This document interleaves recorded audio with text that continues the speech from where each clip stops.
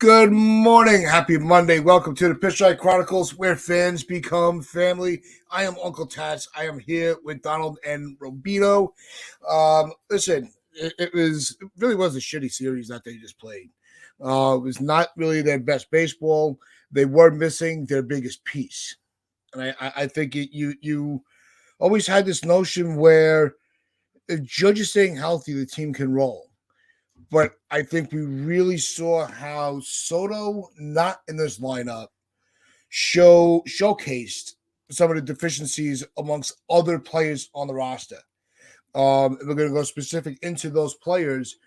Uh, I want to kick it off with Friday night's game because I think that game, despite the outcome, really became a classic. You had Yamamoto on the mound for the Dodgers, a player that we tried to get and we failed. It was Poteet on the mound for us. It was a spot start because of Schmidt's injury, and they gave us a pitching duel that we haven't seen in a long time. So hats off to both starting pitchers because this was one of those series where I predicted it was going to be a slugfest. I really did. That was my prediction. Where are you going? You are too big to be sitting there. Sorry, everybody. I got it. Dog has a mind of his own. But when you guys were calling the game live, right, and you guys nailed it, and everybody that participated in the chat on social media, big credit to you guys too, because that was an extra inning game that you guys had to stick it out for with all the drama. So from your guys' point of view, having to really dial into every pitch. What was your take on game one with Yamamoto and Petit on the mound? Hats off first of all to Poteet because that man battled against a really good lineup. He gave us everything he could. Obviously, we're not expecting him to go 7 innings and match Yamamoto pitch for pitch, but for a good 5 innings, he did. He continued to put up zeros. The entire pitching staff did. Unfortunately, Yamamoto got locked in. And like FJ just said there, they had a chance early on against him. The first couple of innings, they had opportunities to do it. Donald pointed it out immediately. They were all over his fastball right out of the gate. They were all over it. Volpe and Judge had 2 excellent swings. Volpe got robbed of a hit, and Judge had a double, and they had a chance, but they didn't do it, and Yamamoto settled in. He's much better after the first, I think, 2 innings. He's absolutely shut down, and that's exactly what he did. There's a reason that teams wanted him. There's a reason he got paid, and he showed it the other night. So hats off to Yamamoto. He pitched great, and look, that game was a classic. It lived up to the hype. Scoreless through 10, back and forth. Even with no scoring, there was drama, and that had October feel to it. And there was just one big hit by the Dodgers. Both teams had one big hit. Theirs scored 2, ours scored 1, and that was the end of it.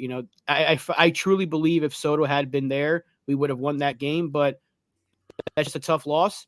But it lived up to the hype. You had fun. We had fun watching it. It was a great time with everyone in the chat. And hopefully next time we see these dudes, and it'll be in October, and we can get the better of them. But that had playoff feel to it the entire weekend. So it was really fun despite the series loss. Yeah, I have no issues with game one. I just felt it could have gone either way. It was unfortunate that the Yankees just didn't do the little things right. There was Gleyber error again, and really the lack of bunt killed us. If we got the bunt across, I think the Yankees win the game. But apart from that, it was a really well pitched first game, and it could have gone either way. The Yankees were right on his fastball the first couple of innings. They had some great swings. Stanton missed a couple of fastballs, a couple of gimmies that he felt just behind, and we didn't get another opportunity once we had the runners on the corners and the 2 outs, and Trevino had the opportunity to get the run in.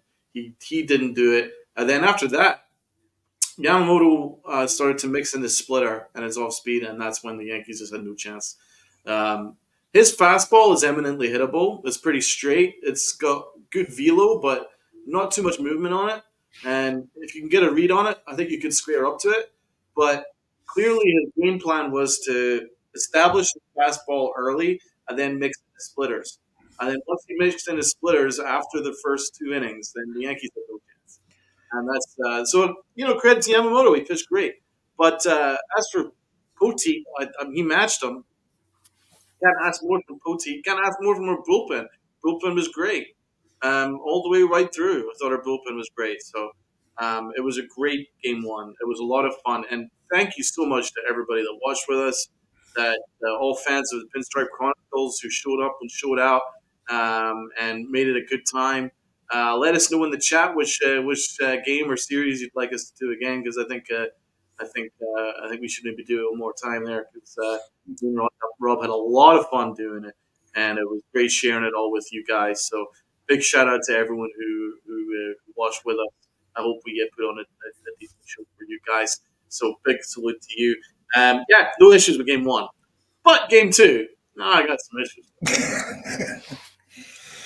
Yeah, no. Look, this is one of those series. Yeah, we definitely are going to be getting into game two, because that was a debacle if there ever was one. But no, with the first series, and there've been a few comments about it, and we had a chance to get Yamamoto out early, and then it's almost like they started getting too aggressive with their at bats, where you started having those less, those stress-free innings that they were able to push him a little further.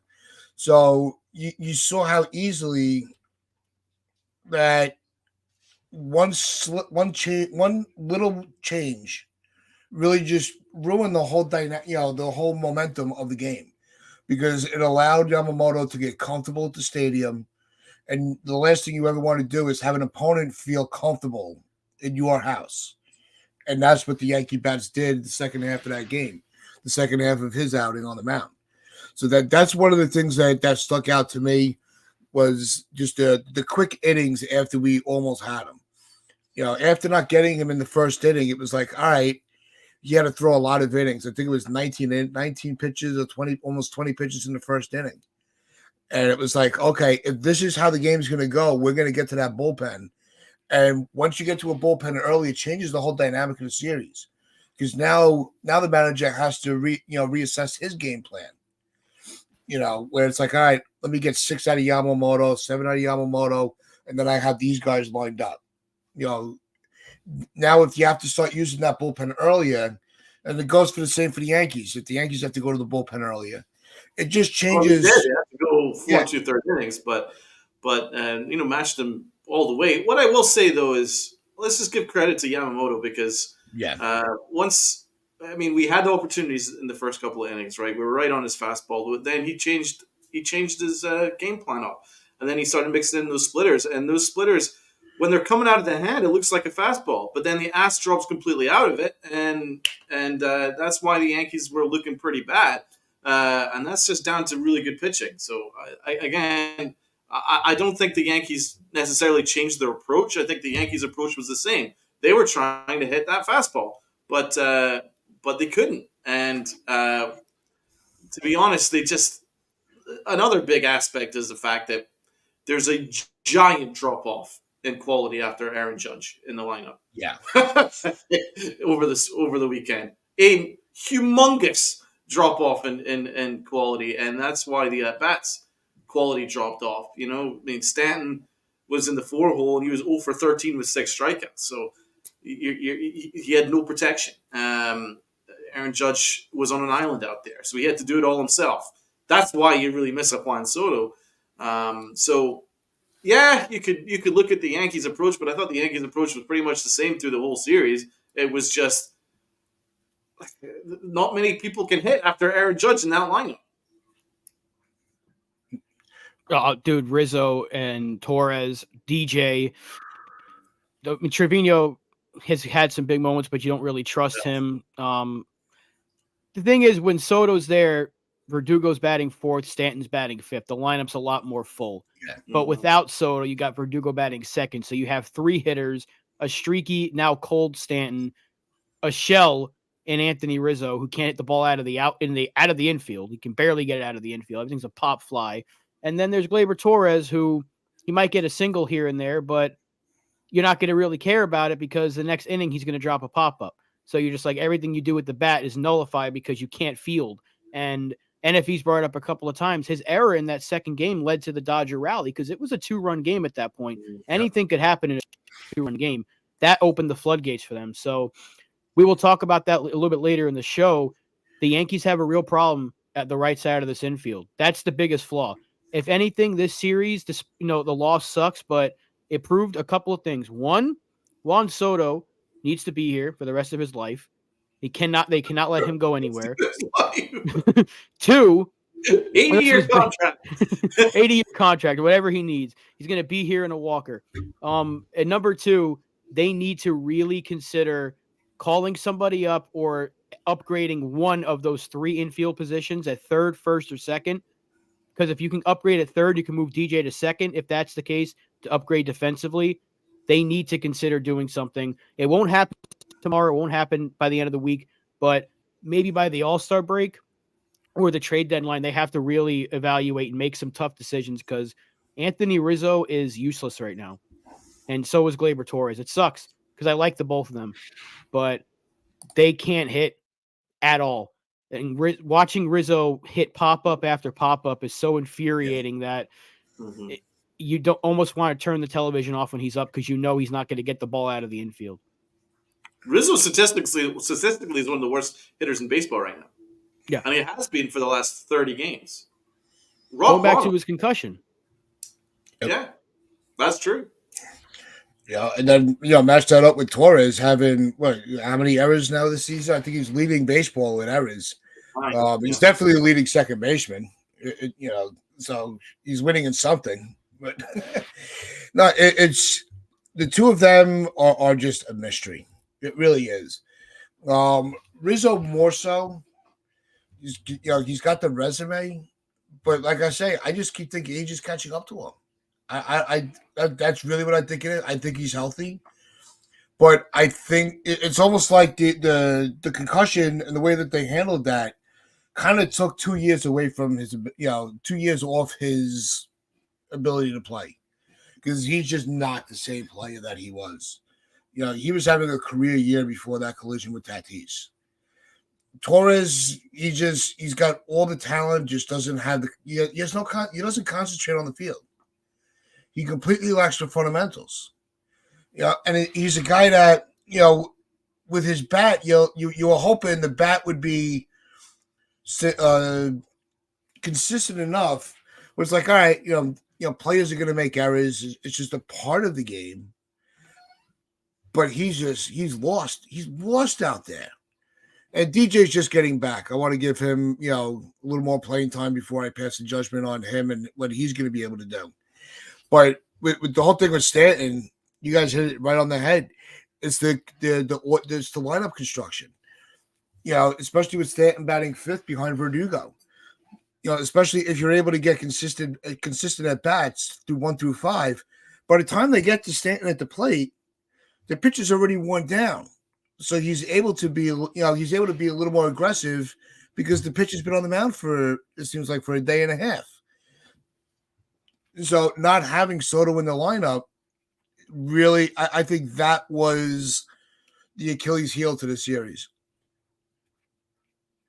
Let's look at Anthony Rizzo's numbers in his last 455 plate appearances.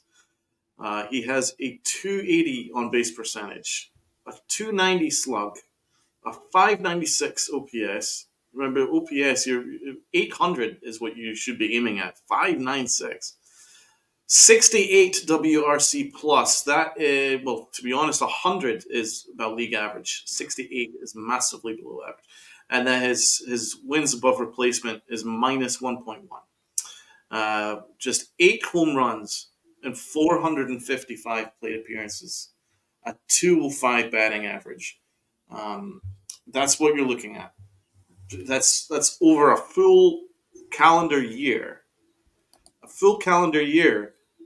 Almost 500 plate appearances, and he's giving you a 200 batting average with an OPS half of what it should be, a slug half of what it should be. there's no excusing it anymore. So I don't think it's a slump. I think it's long beyond slump. I mean, Rizzo said yesterday that he feels he's close. Well, dude, I hope you are, but dude, it's been 500 plate appearances. Like this is no longer a slump. This is a trend. It's no longer a slump. It's a trend. It's Yeah. trending badly. Um, Another thing that's trending badly is his defense. His defense looks lost uh, largely. So there's a problem there, and as Rob points out, this needs to be fixed if we have any chance of winning a championship this year. They need to look at either first base or third base, and really seriously look at upgrading one of those positions because I don't think we can. I don't think we can win a World Series with Anthony Rizzo like this. If they can fix first base, then I'm not overly worried about Gleyber Torres. Gleyber is what he is. You could always put DJ LeMahieu in his spot if required, but something needs to be done. If you stick it out with Rizzo, then maybe you need to look at upgrading third base, and then you can move, as Rob points out, DJ over to second base, something like that. But you need something from the hot corners. You can't have massively below average hot corners.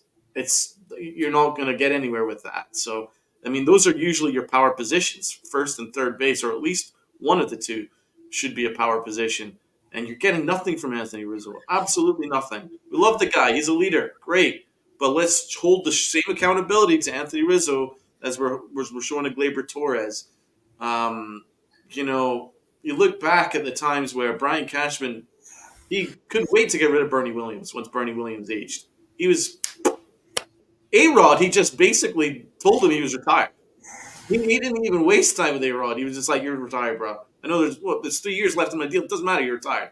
Yeah. Right? So why is Anthony Rizzo, who's playing 1,000 times worse than A-Rod did when he was retired, uh, why is he getting this treatment that he's okay to play every day? No, it's not okay. You need to look into upgrading, whether it is TJ Runfeld, whether it's moving Ben Rice to first base, whatever it is, something needs to be done, something needs to be established because we cannot survive with Anthony Rizzo playing like this. Along with Gleyber Torres looking like a complete clown out there, which he did all weekend. I was embarrassed. I was embarrassed to watch Gleyber Torres this weekend. It's definitely well. There definitely needs to be a change made. Do when DJ was called up, the one thing that I asked for was to use DJ to get Torres and Rizzo days off, not have him play every day at third base where Cabrera was solid. Not an all star, but he was solid. And he's also the one thing about Cabrera, he always seemed to come up clutch in the moment with the bat. His batting average runs in scoring position was insane.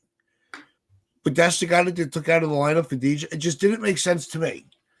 The analytics may show different, but for my eye on baseball, Rizzo definitely needs time off, and so does Torres. Torres needs to have less playing time. Absolutely. You're trying to buy time for the minor league. The guys coming up in the pipeline to be ready, but you're kind of your loyalty to Torres and Rizzo has now cost you a series. So it just doesn't make sense that they want to just keep, like Donald, for how many shows in a row for the last few years, the meaning of insanity, doing the same thing over and over again, expecting a different result. It's almost like The that's what they're definition of doing now insanity with is doing the same Rizzo thing over and and over again, Torres. expecting a different. Yeah. So it just doesn't make any sense whatsoever. But I want to give out the chat a huge shout out. They are killing it with the comment section. So Donald, let's get to the roll call. Yeah, let's do that. Let's start with Ken. Fix first base with who? Alonzo Goldschmidt Walker. There is no help available on the market, and the minors have no MLB quality for the Yankees. Well, let's start. there's nothing on the market right now because it's June. The market only really heats up end of July, so I'm not expecting that. But I just read you the numbers of what Rizzo's doing. He's giving you a 500 OPS over 500 plate appearances. There's not many worse in baseball right now, right? So, to be honest, even a league average bat would be an upgrade, and I can't tell you who that will be, but it's worth exploring. But I completely disagree with you saying that there's no MLB quality for the Yankees available in the minor league system. TJ Rumfield is a quality at bat. You should look at his numbers, man. If you let me help you with that. He's got an OPS of almost 800 in the minors so far this year, with 4 home runs and 31 RBIs. Batting average just a tick below 300. And an OPS and an OBP of 357. So he's on base almost 40% of the time. That's really good. That's excellent. And Rob knows him very well. Tell us a bit about TJ, man. Why we should have high hopes for him. I think it's between him and Ben Rice, as Damian brings up. Rumfield is the guy that I have been high on for pretty much the entire year, just because he was playing there all season. But the Yankees have been putting Rice at first base since they put him in AAA. And since he's been in AAA, he's got like 5 games, 3 homers already. So he's already killing AAA pitching the same way Dominguez did last year when they called him up. I want to see one of these two get here at some point this year. And that's why I disagree with what Ken said there about the minor leagues. What Rizzo's giving you right now, you can replace that. Because if Ben Rice just hits like 3 home runs, he's already outproduced what Rizzo's given you in the last month, basically. Again, it's not easy for a guy to come up here and hit, but you're not replacing a guy that's really tearing the cover off the ball. I think it's worth giving them a shot at some point to see what you have before making a drastic decision. Because the fact is, he is right, though. There aren't really many upgrades out there, and there probably won't be in July. I don't think they target Alonso. I don't think they would go after. I see a lot of people bringing up Ryan McMahon. I don't think they target him. He's owed a decent amount of money over the next few years, and he's on the I think he's a little bit past 30, so I don't know if they want another LeMahieu situation on their hands. Yeah. So they might have to look to the minor leagues. And well, Ben right now, Rice might be that answer, man. Have you seen his numbers?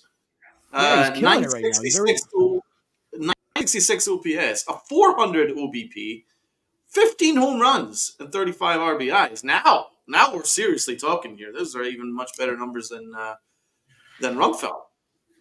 He bats left, throws right. It's good. 25 years old. He's right. He's ready to rock and roll. I think there's something to look at there. Ben Rice. So there's options, Ken. I disagree with saying that there's no MLB quality there. And Sunil Spencer Jones is actually getting red hot right now. I think he's on a really significant hot streak where he's hitting home runs like basically daily now. Let's see what Mr. Barrett's got to say. This is the result you get when you misdiagnose a concussion. Blame the Yankees. Well, yeah, if you watched our show last year, I know you did. We were very, very, very critical of the way the Yankees handled Rizzo's concussion. I thought it was unprofessional. Anthony Garcia Torres should be an Instagram model promoting products for a different company. That's the only thing he's good at. Anthony Garcia. That's my favorite comment so far. Salute. That's an excellent comment right there. Let's see what NFT's got to say. I'm going to pay $11.6 million. Rockies. Medina says Rockies will not make McMahon available at the trade deadline.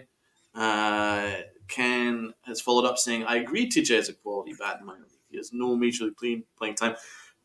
My reasoning is similar to Pereira. Killed it in the minors. Well, we kind of rushed through Pereira.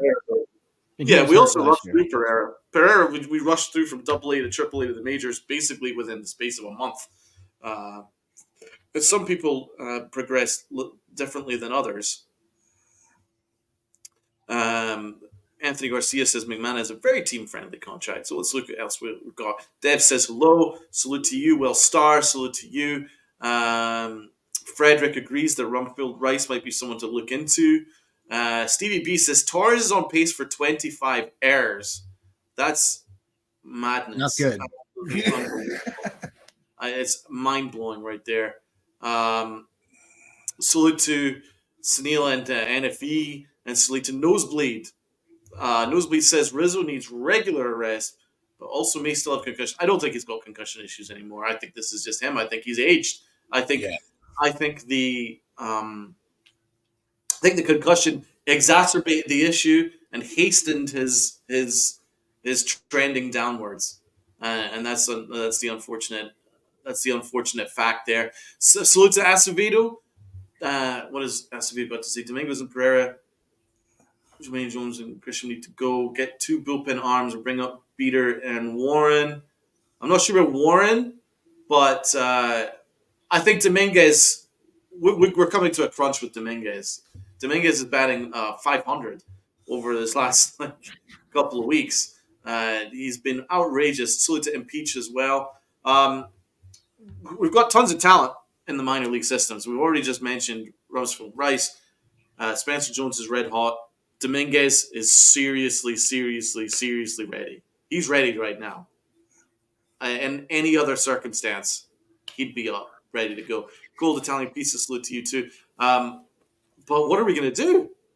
He's an outfielder. We've got a million outfielders. So we're in a tough spot. We're in a really tough spot. And I don't have the answer right now.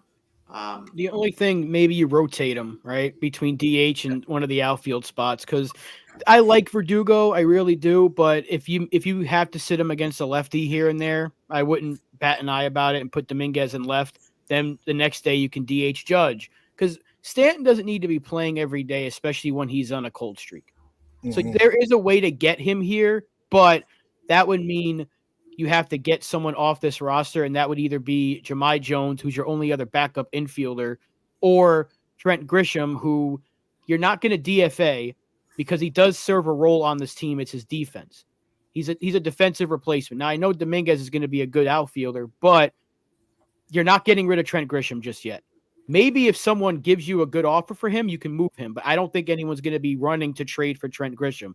So I wouldn't say we're stuck with him, but until there's a potential injury or if some team blows you away with an offer for Alex Verdugo, which I wouldn't even recommend moving him, that's the only way a lane opens up for Dominguez. So unfortunately, we probably won't see him until September, but you're right. He is going to make this a very, very tough conversation to be had because they can't keep him there for too long because he's ready now. And yeah. you have to find a way to get him at bats. Now, if someone gets hurt, that opens up a possibility. Like if Stanton gets hurt, or if not even Rizzo, because you can't replace an infielder or an infielder with an outfielder. I jokingly said yesterday, teach him first base while he's in Scranton. I don't mean that. I don't want people thinking I'm being serious. There's some people that are suggesting moving Judge to first or trying Stanton over there or trying anybody at first base. It's not going to happen. The only way they get it to work is if Stanton goes down or Verdugo or Judge or Soto was on the IL. But even then, he's still technically rehabbing for another 5 days. So I don't think they can call him long. Yeah. I think he's still classified as a rehab assignment. Yeah. Credit to at Max Goodman here. In 5 games since getting to AAA, Dominguez is batting 500, 10 for 20, with 2 home runs, 5 runs scored, 3 doubles, 2 RBIs, and a 1,450 OPS. Ben Rice is batting 444, 8 for 18 with 3 home runs, 7 runs scored, 9 RBIs, 3 doubles, 5 walks, and a 1,676 OPS. These are giant numbers, and let's look at the facts here. Austin Wells has not played well, right? Not offensively, he's not been good. Ben Rice is making a case. Ben Rice is even making a case that you maybe move him over to first base. Dominguez, Dominguez, it's almost disrespectful to him if you wait till September to utilize him. He's too good, and you have to look at who's going to be part of our now and our future. Verdugo, I love him, and if there was any way we could keep him, I would, but I don't see it. How we could extend him plus give Dominguez and Spencer Jones and Juan Soto and Aaron Judge all those at bats. Then you still got the Stanton issue, and Stanton has hardly been a problem this year. Stanton, you can make an argument, could be an all-star DH. So there are serious things that we need to think about here. CWE, salute to you. Salute to Damian Serrano. Great to see Damian, one of my favorite fans on our show here. Please no Judge at first talk. It's absolutely ridiculous. Yeah, I know. It's just I'm not agreeing with that. It's just I don't know how the Yankees are going to get it all to come together because somebody needs to move to first. If you want your Juan Soto in right and your Aaron Judge in center, you want your Spencer Jones and you want your Dominguez. One of them needs to play first base. So good luck. Yeah. No, and that's it. I think that's where we're seeing as good as excited as we were this offseason for the moves that were made, the way the season started, where they just were taking on this new philosophy. The pickup from the starting pitching when Cole went down, Soto just really just changing the mindset of everybody else in that lineup. Everything was smooth sailing. This is really the first time we've been hit with anything that's kind of. I know we didn't. The Orioles series was a little messy, but it was a competitive series. And it brings the discussion to Game 2, which was probably the least competitive game that the Yankees have played this season. It was the worst game. Easily the worst game. It was everything that could have gone wrong went wrong. And that was the result of it. And it was brought up in a lot of discussions on our chats, on everybody else's chat, on radio, TV, everywhere across the board. Every time the Torres makes an error, it always seems to catapult a downward spiral for the game. But let's just keep putting them out there. When does it get to the point where loyalty has to be thrown out the window? Right? Look, Boone's saying stuff. Did you hear Boone? I'm sorry to cut you off, but he said every time I see him field a ball, I say I would have done that differently. Like now Boone, who defended him left and right, is even starting to be like, what the f- are you doing out there, guy? Like, come on. Like that drop in Game 1, it didn't lead to a rally, but it was just like typical. Like, how do you drop that? And then the error in Game 2, it was a 2-run game, like I mentioned earlier, and it opened the floodgates. This happens almost once a series. When we lose a game, it almost every time it starts with the Gleyber Torres error. And I said this like a week ago or 2 weeks ago on the show. Every single time we lose, we've lost several games just like that, where a rally begins because he makes a misplay. That was a double play on Ohtani that ended the inning, and we couldn't get a single out from it. Next thing you know, it's like 13-2, and Oswaldo Cabrera is pitching. So that's what happened. That was the worst game of the season, and it started with an error. So unfortunately, it's time to put your personal feelings about the guy aside and do what's best for the team. They're sitting Rizzo again tonight, I think, which is a good idea because he stinks. Give him a couple of days off, hopefully get his head right. They got to do the same thing with Gleyber Torres, but you don't have enough players for that. You could start Jahmai Jones, but I don't know what he's going to do over there at second because they've been putting him in the outfield the last couple of times they used him. So what do? Cabrera at second, DJ at third. DJ's got to play first because Rizzo's out. So they can't sit both of them at the same time. That's why we're talking about a guy like Ben Rice. And D-Rod, I've seen bring it up several times, so not every minor leaguer is going to come up and play well. Well, then how are you going to know, though? I don't care about Jackson Holiday. He's going to be really good. I'm not going to base a bad week off of what his career is going to be. But you're not going to know what a player is until you give him a shot. Look at Dominguez. He came up and tore the cover off the ball, but unfortunately he got hurt. Yeah, he made history. You don't know what a player is going to be, but Ben Rice is 25. You can't keep him in AAA forever and expect him to be a guy of the future. You got to give him a shot soon.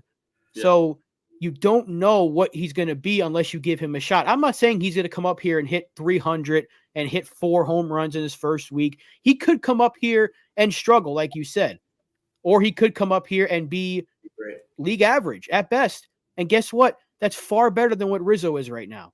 Because Rizzo is a 62 weighted runs created plus, like you said, Donald. That is very, very bad. So, yeah, you can afford to Horrible. give a minor leaguer a shot right League now. to average is replace 100, Rizzo. right? It can't get any League average is freaking 100. worse. Yeah, it cannot get any worse. So that's the only point we're trying to make is none of us are saying that Ben Rice is going to come here and be the next DiMaggio, right? We're just saying that it's worth a shot because we're not getting any production from first base right now. And that's not just Rizzo, Torres as well, even DJ. He hasn't come up here and looked good at all. His defense has been fine, but his bat, it's been up and down. He gets a couple of hits, but then he also gets into double plays like the other night, first game. You could have bet your house on it that he was going to hit in a double play. So you need to And upgrade somewhere. This is why I felt, if anything, this series was necessary. This series was necessary because, listen, right, let's just be happy we took one game out of the three because it could have been much worse, right? Yeah. Heck, we could have won the series. We could have been swept in the series. Anything could have happened in this series. But I think this series was a benchmark, right? We're never going to win or lose the entire year. We're not going to lose the World Series. That's not the case. This game was a benchmark. I felt this was a marker as to where we need to be and how we need to improve. I felt that this series has opened my eyes and opened our eyes to a bunch of these things, right? It opened our eyes to the deficiencies that are there when Juan Soto isn't there to cover up about three guys who aren't pulling their weight, right? So that's how good Juan Soto is. Juan Soto and Aaron Judge, I already told you in the last podcast, they've got like a 20 WAR combined. 20 wins above replacement, the two of them, right? So you take Juan Soto out, and there's a massive gulf there because Aaron Judge has to do it all himself. That's what we saw. I don't think you can win a championship that way. So we do need another bat in there. We definitely need another bullpen arm because I think our bullpen was creaking a little bit. So I think it opened our eyes to a couple of things that need to be improved on. I also didn't think Boone had the greatest series. I think he made a couple of misjudgments, and I think this series was important as to the marker as to where we need to be as good as the Dodgers. This Dodgers team is excellent. It's excellent, right? I mean, the star of the show wasn't Ohtani. The star of the show wasn't Freeman. It was Teoscar Hernandez. He was the star of the show, right? And he's in the middle of the order. He's towards the bottom of the order. So that shows how their depth, So Kick the shit out of us. I felt it was a really good indicator for the Yankees. And I don't think it's the end of the world. It was just a good indicator that they need to work on the margins a little bit more. See, I think this series was more a slap of reality for everybody in the Yankee universe, because as good as we've been playing, look, I'm still very optimistic about the rest of the outcome of the season. I think this team can easily get to the World Series. I have no doubt about that. But it also shows that, hey, come trade deadline season, they better be answering the phone or making phone calls because they still have some holes to fill. Because you saw the deficiencies, but okay, this is not just all sunshine and rainbows this season. We came into the series with an 8-game win streak. And we always say when other teams are coming in on a losing streak, they're due for a win. Well, we were due for a loss, and we had that pitcher's duel. And you know what? At least we had game one before game two. Because if that's how we would have lost, we would have really been losing our minds. So, and we were able to salvage the series yesterday. So, and it also came from, like, with how Teoscar was playing. It also came from an unlikely source yesterday. Trent Grisham actually had a really decent game. I think he probably, not having Soto in the lineup with him playing every day, I think loosened him up where now he's, because he went from playing, 160 games the year before to being a bench player. And we were curious how that was going to play out. It has not played out in his favor. But we were able to see by yesterday playing every day helps the psyche of the ball player, where they get into that comfort level, especially knowing Soto was not going to be available. And we're going to get into that too. It's going to be a long show. We're going to get into that too, because I think that whole thing was a big mishmash of bullshit. But Grisham, you're starting to see, and look, this is not, let's play him every day regardless. But it just shows that if we do have to move on from somebody, rather than DFA him, you can create him into a tradable piece. When you want to get Dominguez up. What do you guys think? I'd say you hold on to him for now. You need his glove. You need him, especially in October. Because how many times in a playoff series do you see a late inning replacement, pinch runner? You're not going to use his bat because a home run every 50 at bats or so isn't going to cut it. You can't drop a bunt, but you need his speed and you need his defense. That's why he's here. They took him because the Padres wanted to move more money, and it probably cost us less to give up in the trade to take Grisham on. But we said it all offseason. We know why he's here. He's not going to be a great hitter. He's going to pop a few over the wall, and that's what he did yesterday. So give him credit. That home run, man, we're going to get to these awards in a few moments, I'm assuming. Yep. His name's going to come up a couple of times for me, I'll tell you that. And this might be his best series. And look, he won us that game yesterday. Without that home run, we probably get swept. So hats off to Trent Grisham. He did his job when we needed him to. But it's not going to mean that he's going to play every day, like you said. He's not going to get traded based off of this series, and they're probably not going to look to move him. He's a cheap fourth outfielder. He serves a role. He's not great hitting, but he's fine. He's excellent defensively. He made everything look so easy out there on Friday night. He helped the pitchers out tremendously. Glides out there in center field. There is a role for him on this team. Just we know it's not because of his bat. And Aaron Judge gave the Yankee fans a little bit of a telling off. I actually like that. I like that. The captain standing up for his teammates. Aaron Judge is really taking his captaincy role seriously, and he's definitely earning that moniker now. The more we're seeing, the more this year is progressing, the more I'm seeing that Aaron Judge is a very, very, very good captain. He's made everybody feel welcome. He's made everyone feel like they're a big part of it, and he's making Grisham feel like he's a big part of things.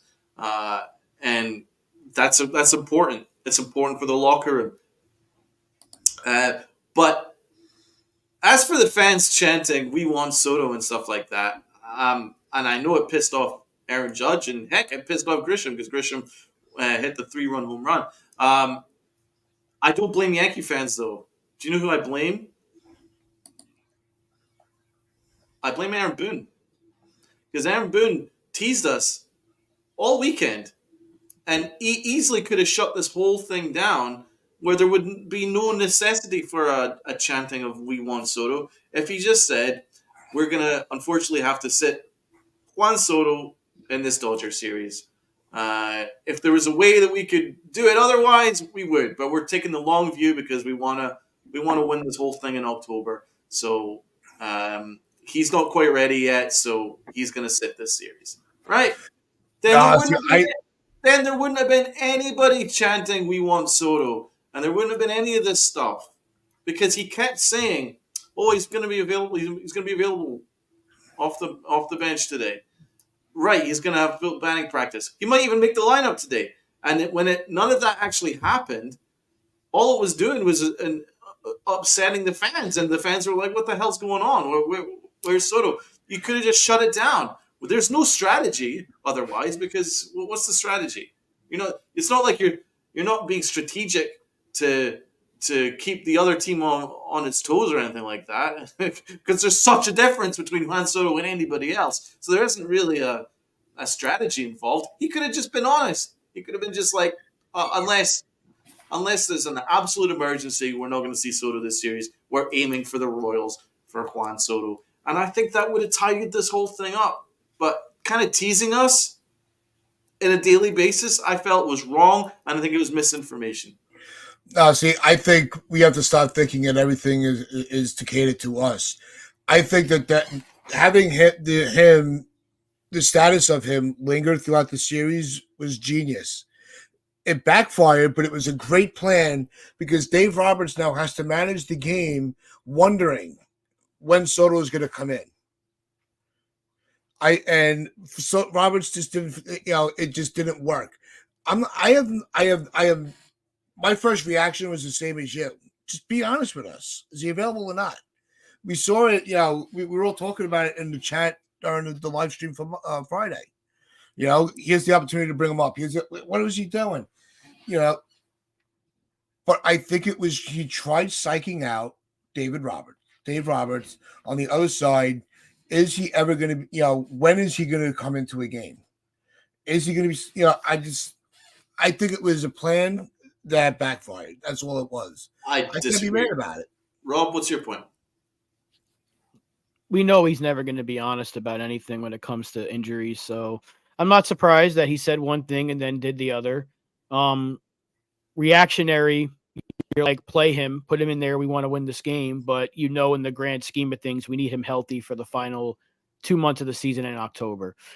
I just wish he would have said he's not playing. Like you said, if he said he's not going to play unless it's an emergency, but we need to make sure he's here for the stretch run. Yeah. I think fans would have been perfectly fine with that, but you're also right, Tats. He doesn't need to speak for the fans because if anyone's been watching since 2018, you know that this dude is never telling the truth when it comes to the injured players. So, at first glance, you're like, why is he up on the top step? Why does he have gloves on? Why is he right next to Aaron Boone? So you get the idea that he's going to go out there and hit.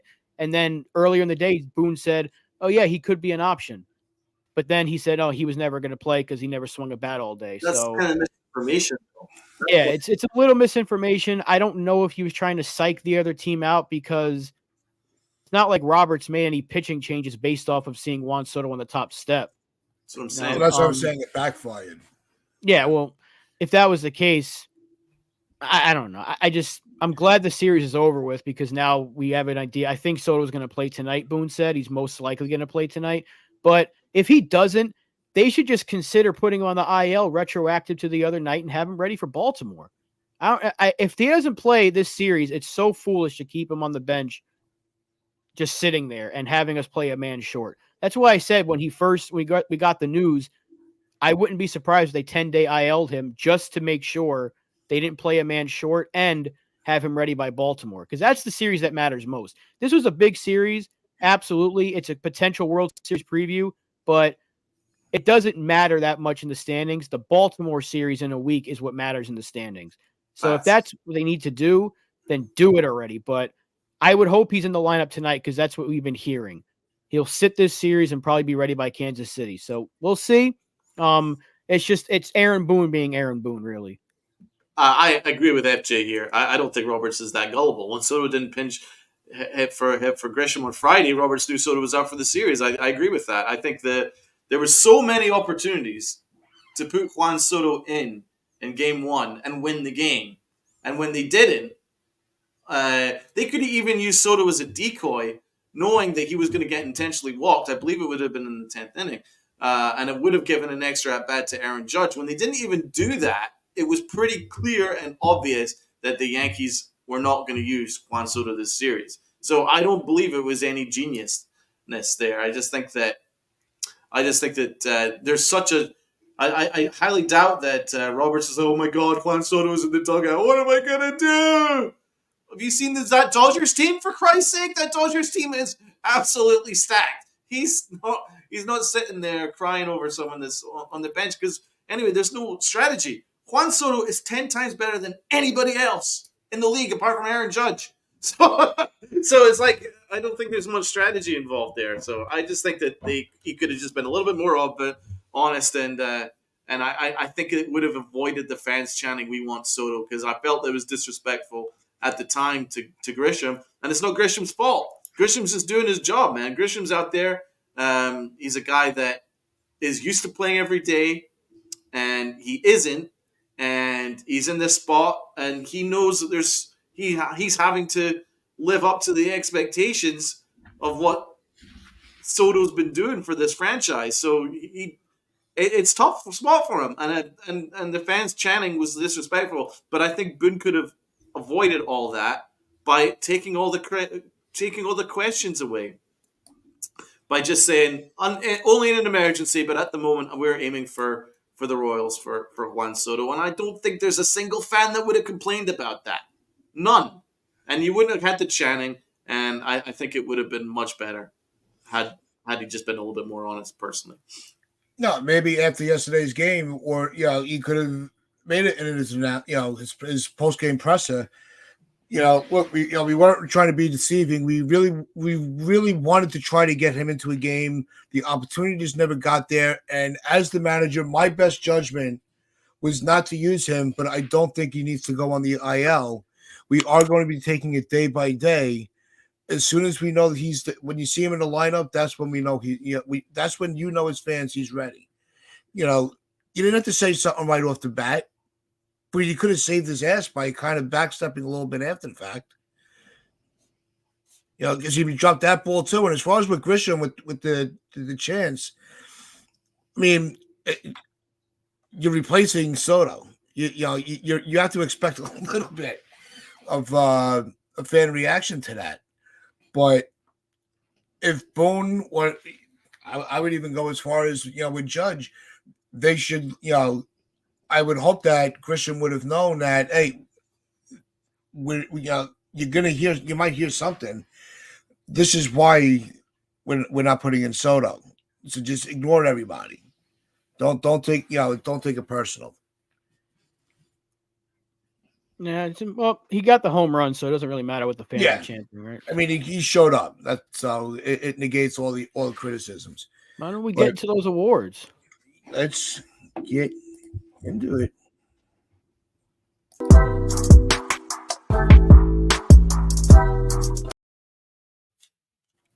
Hey, let's get these awards going, baby.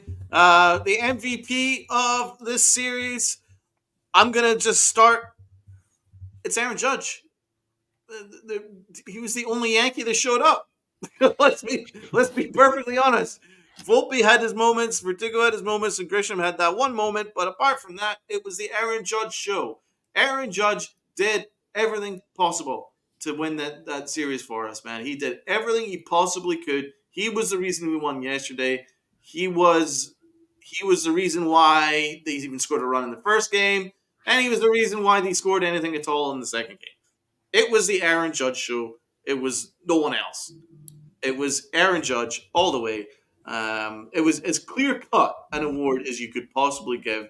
I had nothing but sympathy for Aaron Judge in Game 1. He was doing everything he possibly could to win that game on his own, and the rest of the team didn't step up. It was the Aaron Judge show. MVP all the way. Let's start with Rob. It can't be anybody else. 99. No. Captain. Tats. No, it was Judge. He was judge, jury, and executioner for 3 games. He was pretty much having to do it all. Yep. So yeah, Judge definitely the MVP. Let's fans, 100%. Everyone's saying Judge. Good. No craziness to start. The low-key MVP. I'm gonna start, and I'm giving it to nobody.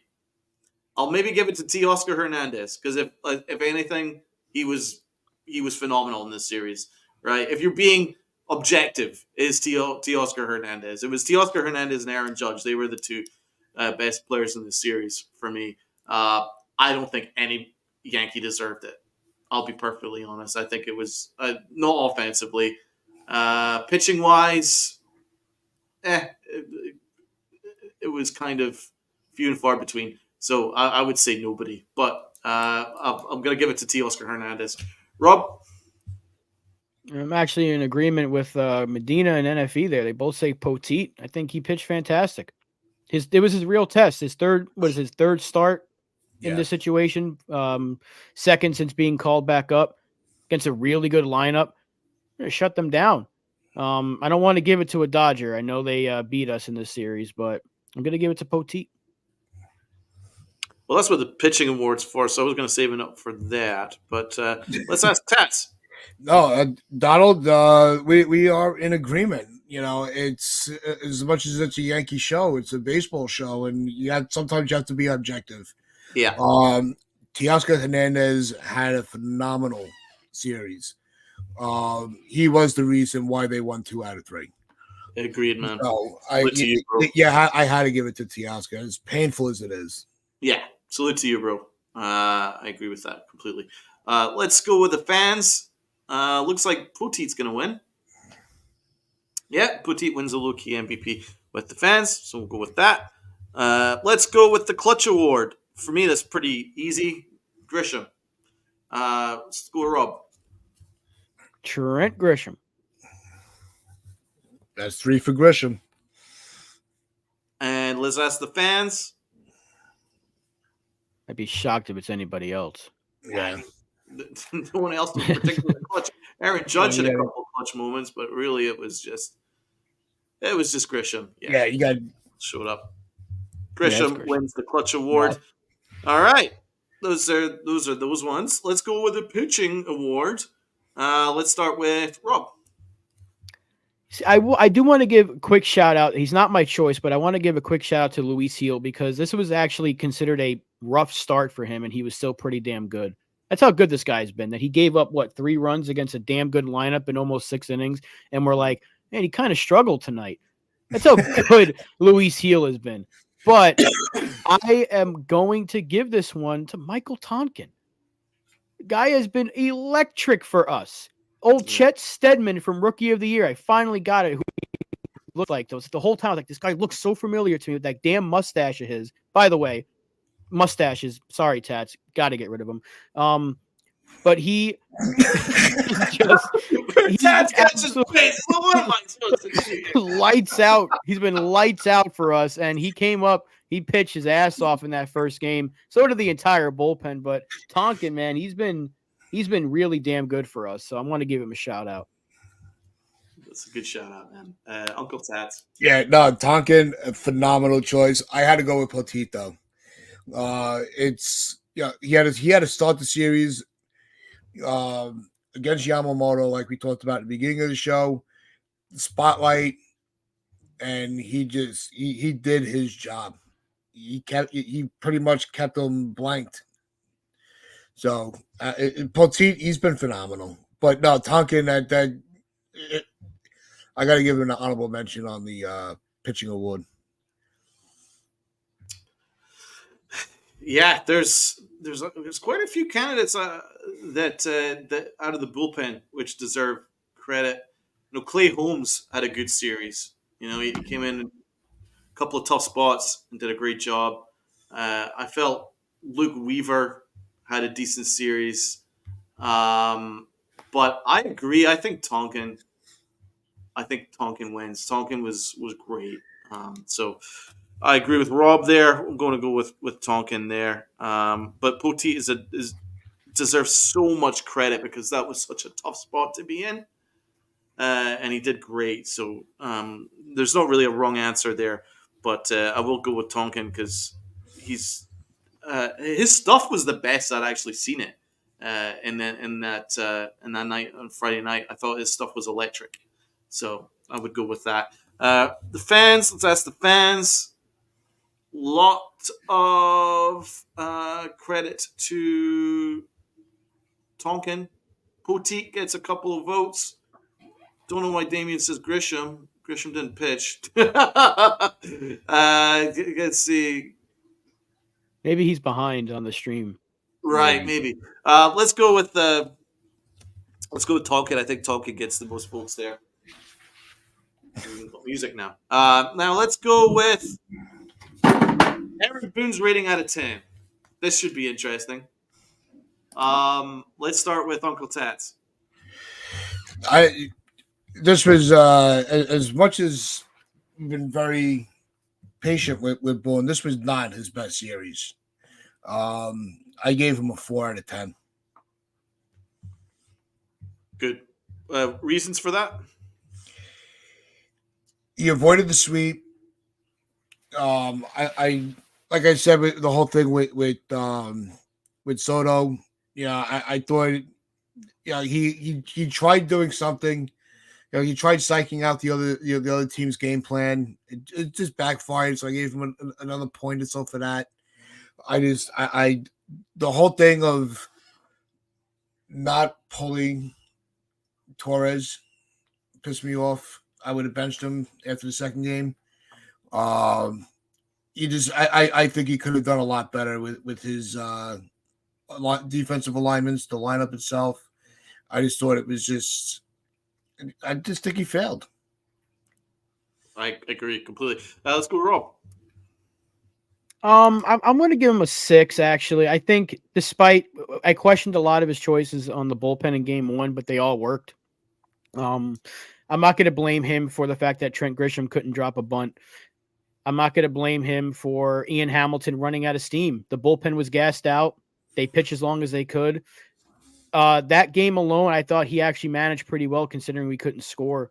And then I know the Soto stuff, we didn't win the series at all. And that Soto stuff it was just weird, the wording that he uses. But then again, that's Aaron Boone. You can't do anything else about that second game. I mean, you could have benched Torres. So obviously you take a point off for that. I'll give him a 5 actually. Midway. I thought we'll use the Tats term now that he likes to use a lot. Mid. Hello, fellow kids. Mid. He was 5 out of 10. Yeah, fellow kids. Yeah, okay. Let's go with me. I've got a few things to pick out. I'm gonna give him. I was gonna give him a -5 until we got the win. So that shows how pissed I was at the way he managed the series. I'm going to give him a 3 out of 10. I think 3 out of 10 is let's be in a generous mood. He gets 3 out of 10. Reasons why.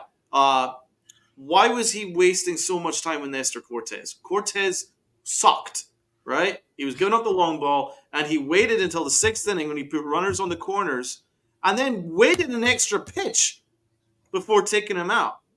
That was absolutely terrible. You cannot do that, right? Yeah, that now, made if sense. you make the argument, we wanted to give our guy a little bit more time to warm up, then shouldn't you have had him warmed up before you put the runners on the corners? You had all that time? You had all that time in the 5 innings that he looked like he couldn't get anybody out? You couldn't warm somebody up quicker than that? And if you wanted to wait that extra 30 seconds where it would have taken for him to throw that extra pitch for no reason, why didn't Rizzo go talk to the pitcher? Why didn't they just have somebody go and talk to him? Or just do this in the dugout and have the pitcher step off the mound. Something that could have prevented that nonsense where he threw a pitch for no reason. So I'm really annoyed at that. Another thing I was annoyed at was his excuse for Gleyber Torres, where he says, every time I see Torres do that, I go, but he's really good at it. I'm like, what? And the problem is if you continue to defend this style, this lazy approach from Gleyber Torres, if you continue to allow it, you're part of the problem. He has to hold him more accountable. You have to say things like, he has to make this play, it's the majors. He said that once, and I loved it. He needs to say it again, because the way that Gleyber Torres played this series was a disgrace, and he needed to be a little bit more forthright. He needed to be just like, you got to be making these plays. It's the majors, and it's a huge series in front of the world. This is the most watched series that we've had in the majors. Probably more watched that Dodgers series than anyone watched the World Series the last 2 years. Right? It was huge. And to have Gleyber Torres perform like that is completely unacceptable. So I wanted Boone to be a bit more forthright there. I also disagreed with Aaron Judge batting third. Statistically, the second batter in the lineup gets the most at-bats. Statistically. That's where I want Aaron Judge in that spot if we don't have anybody else. If their Juan Soto ain't there, I want Aaron Judge batting second. I want him getting more at-bats. Verdugo could have bat third. So I know he was following the righty-lefty-righty. I'm sorry, but it didn't work. It didn't work. So I would have changed that. So there was a bunch of things that I would have changed, and also you kept going with Santana, and Santana sucks balls. Excuse me, he sucks balls. So I'm glad he's gone now, but there was a whole list of things that he did badly. But the one thing he got right was he backed Grisham fifth, and it worked. The one thing I criticized him for. So, hey, that worked. But bad series for Aaron Boone. Let's go with the fans. Ken says 7 is very generous. Sneal has 2. FJ has 4. NFE has 6. Jonah has 5. Sir Barrow 6. Stevie B has 3.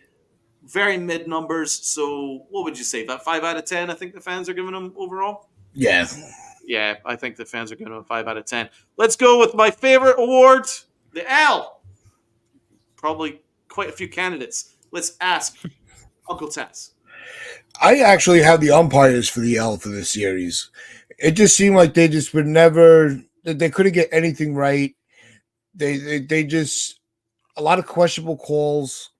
I think the strike zones were inconsistent. The the amount of reviews that they had to have, the whole thing, how many times did they have to have the umpires review? I think they were very sloppy. So I'm giving the umpires the L. All right.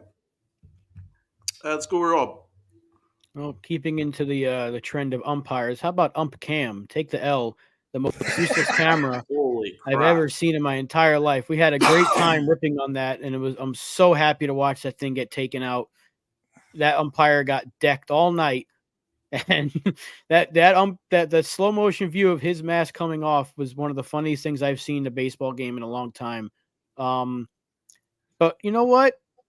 Just we don't need it. And Apple TV can also be a candidate for this because that was one of the worst broadcasts you'll ever see. Ever. Apple TV flat out stinks. Thank God it was a free trial, and Donald can tell you this. I tried the entire end of the show and even post show to cancel the goddamn subscription. It took me forever, but I did it. And I'm never gonna get it again because it's the most useless thing in the world. So Cam, Apple TV, you can take that L. Yeah. Rob is speaking nothing but facts there. Yep. The fans, one vote for Nestor, and another vote for Torres, another vote for Santana. Lot of good mixture here because there's plenty of L's to go around. That's a lot. And if he says Glaber, Mr. Barros says Torres and Rizzo. So I would say that the most votes goes to Glaber. So Glaber gets the L from the fans. And for me, there's a ton of L's to give out. But I'm going to give it to Anthony Rizzo. I think Anthony Rizzo deserves the L. He was completely useless. I will say Stanton was terrible. He was 0 for 13 with 6 strikeouts. He was a problem because he's batting cleanup. He needs to be better. But he's been great all year, to be honest. So I can't really blame him. Rizzo's been useless all year. So Anthony Rizzo gets the L. He really, really hurt us this series. He had a terrible year. Terrible series from Anthony Rizzo. So he gets that from me. Let's go with my next favorite award, the Aaron Hicks Award. The worst of the worst of the worst. And I'll be honest, there is a lot to get through. So I'll go with that last. Let's start with Rob. Who gets your Aaron Hicks Award? So many choices. Can go right back to Apple TV. Could go to Anthony Rizzo. But whoever decided to ask Aaron Judge if he talks to Lou Gehrig, you are the worst of the worst. You might be the dumbest person ever. I don't know how that is even a question you ask somebody. You ever talk to Lou Gehrig? Really? This is what we're doing? You're interviewing people mid-game. You saw Kike Hernandez have a rough time with it, and he didn't blame it on the fact that he was getting interviewed mid-game. But then you go and ask Aaron Judge if he speaks to Lou Gehrig. What do you expect him to say? Yeah, man, we chat every night. I call him on the phone, check how he's doing. How you doing, Lou? I'm doing good, Aaron. How you doing? Great home run the other night. Thanks, man. Appreciate it. From one captain to another. Maybe it might have been a captain. I don't even know. From one legend to another. There you go. You're talking to ghosts. I know it's ghost. I know that and all that stuff. But do you really think that's necessary to ask him if he's talking to a ghost? What are we doing here? In the middle of it was like the 9th inning, wasn't it? Was it not the 9th inning or the 8th inning? This is what you're asking about? The biggest inning for the Yankees in that series, and you're like, talk to a ghost? What are we on? What show is this? Is this Paranormal Activity? What are we doing here? Sixth Sense. I see dead people. Jack Osborne does paranormal ghost hunting now. Maybe that's what Aaron Judge does in his spare time, standing in the outfield, chatting to all these ghosts of Yankee past, sitting there, talking to Lou Gehrig. How's it going, bro? Great catch the other night. Thank you. Oh, my God, bro. It was so ridiculous because it made no sense, simply because the ghosts were in the old stadium. That's where Lou Gehrig stood. The old stadium. The previous stadium. When was this announcer born? You do know they moved, right? I mean, Lou Gehrig wasn't around in 2009. I wish he was, but he wasn't. Jesus Christ, that was the stupidest question in the world. So Rob is spot on with that, man. It was embarrassing. I text you during it. I was like, what is this guy saying? Why is he asking Aaron Judge, of all the questions you ask, a guy that's hit 62 home runs, he's on a Hall of Fame trajectory, the best power hitter in baseball, of all the questions you ask this man, do you ask him about his approach? No. Do you ask him about what it means to be Yankee captain? No. You ask him what his conversations are like with dead people. That's fucking phenomenal. Genius. Tats. I have the announcers throughout the whole series. Yeah. You know, you could talk about other teams than the Dodgers. Yeah, I hate these national broadcasts. All they do is they want to prop up, their boy. They want, everybody's, we get it. It's LA, but New York's got a pretty big stage too. I just thought that they completely, you could almost hear it through them who they're rooting for. So I'll always give it to the national broadcast. I mean, believe me, there were a lot of plays that I could have gone to. But I'm actually tired of picking on our own guys. I want to pick on somebody else for a change. So I'm giving the Hicks Award to the announcement teams throughout this series. Yeah. Great point, man. There's not really a wrong answer because there's a lot to give out. Yep. I'll be honest. I'm giving it a 3-way tie, right? Because there's a lot that equally deserves it. Gleyber Torres obviously he is actually why you create an Aaron Hicks Award, because if there's anyone who played like Aaron Hicks, it was Gleyber Torres this series. So he definitely deserves that. Then there's other ones. I have to give the Aaron Hicks Award to the moron who created these hats. The Ohtani Aaron Judge hat. Oh, yes. I forgot about the stupid fucking hat. Sell them in the stadium. Honestly, I was so annoyed by that because you're playing to the wrong crowd. You're playing to fair weather fans, and you're playing to tourists, and you're playing to the wrong people. The business is to make money from Yankee fans, and you're selling Dodger stuff. You're selling Ohtani stuff. There was in the stands, in the concessions, they were selling Dodger uniforms. You go to Fenway, you can't get a Yankee hat, right? All the times I've been at PNC Park going to Yankee Pirate games, it's 90-10 Yankee fans, and they don't sell Yankee stuff. Why are the Yankees selling Dodger stuff? That sucks for me. Don't like it. Really don't like it. But I can live with it. I really can't live with the Aaron Judge Ohtani hats. It's so stupid. Who would buy that? When A-Rod and Papi were hitting 40 to 50 home runs every single year, do you still see them selling hats of A-Rod Poppy hats? No.